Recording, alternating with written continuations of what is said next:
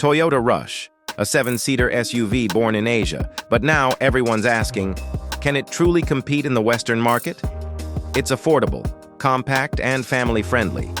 But does that translate to premium enough for demanding Western buyers?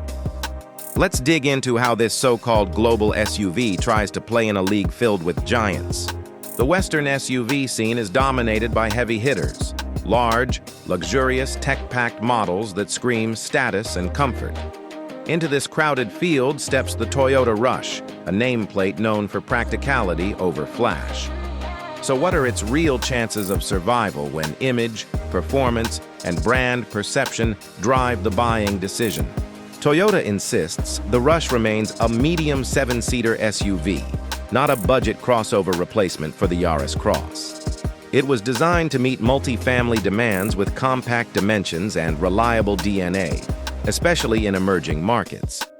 But can this identity translate to value recognition in places where medium often feels too small?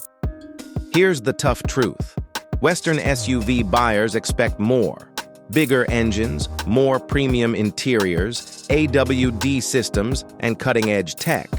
The Rush, while practical, leans towards simplicity. In a landscape where luxury is often seen as necessity, could its minimalist appeal become a weakness rather than a strength? If it ever lands in North America or Europe, Rush would face titans like the Toyota Highlander, Honda Pilot, and Ford Explorer, all powerhouses in comfort, space, and prestige. Compared to them, Rush's lightweight build and conservative feature list might feel underwhelming, even if it offers unbeatable reliability and cost efficiency. Dimensionally, the Rush fits neatly between compact and mid-size. That's great for city maneuvering, but Western families often need full-size comfort and torque for long highway hauls. It's not under-engineered, just designed for a different lifestyle. That's the paradox. It's perfect where space is tight, not where roads are endless. Toyota's massive dealer network, legendary reliability, and resale power could give the Rush an entry advantage. If positioned smartly, say as an eco-friendly, affordable urban 7-seater, it might carve out a niche similar to how the RAV4 once did.